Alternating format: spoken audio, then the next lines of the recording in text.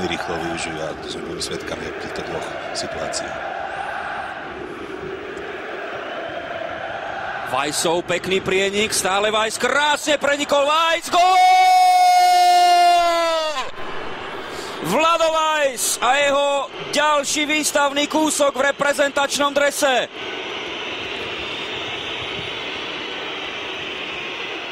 Reprezentačná éra po Vladovi Vajsovi staršom sa začína gólom jeho syna. Krásny gól Vlada Vajsa na pôde Turecka v Burse. Už dvakrát či trikrát nám predviedol skvelé prieniky, ale pozrite sa, čo teraz vyviedol domácej obrane po priťuknutí od Hamšíka.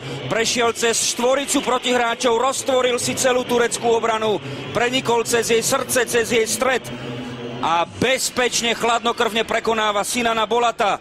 1-0 pre Slovensko, pre Vlada Vajsa mladšieho, jeho druhý reprezentačný gól. Ten prvý dal pri prehre v Jerevane s Arménskom. 1-3 taktiež to bolo po fantastickom technickom kúsku.